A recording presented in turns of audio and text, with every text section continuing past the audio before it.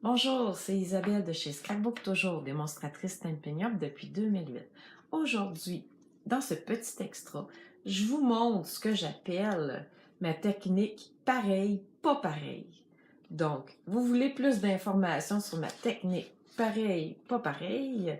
Restez avec moi, je vous explique ça dès maintenant. Je vous présente les cartes que j'ai réalisées avec le même sketch, le même kit de papier, presque toutes pareilles, mais en même temps, c'est mon kit de cartes que j'appelle pareil, pas pareil. Quand j'ai plusieurs cartes à réaliser dans le temps des fêtes, c'est souvent la technique que j'utilise. Donc, cette carte-ci, vous l'avez vue dans une autre vidéo dans laquelle je vous montre comment la réaliser en détail. Ça fait partie de mon cours en ligne, Cantique de Noël.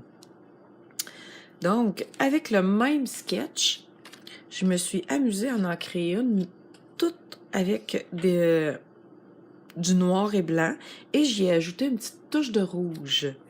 Et j'en ai aussi créé une qu'on appelle monochrome. Ça veut dire qu'il y a une seule couleur et j'y ai ajouté un petit peu de brillant. Je vais vous montrer une carte que j'ai aussi réalisée avec le même matériel. Celle-là, il y a un petit spécial.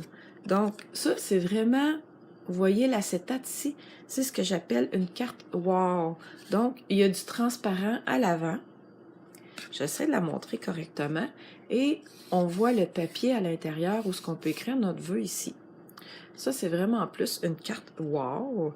C'est un petit peu plus complexe à réaliser, mais encore là, vous remarquerez que j'ai utilisé le même matériel. Donc, c'est réalisé avec le jeu Cantique de Noël. C'est un lot avec les framelits. Et j'ai utilisé la même palette de papier où je me suis amusée à revirer les cartons de côté. Donc, dans un kit de papier Stampin' Up, vous avez vraiment plusieurs possibilités dans un seul paquet.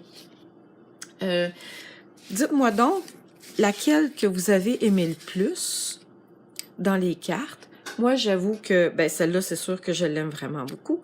Mais celle-là ici, j'ai un petit coup de cœur pour le noir et blanc.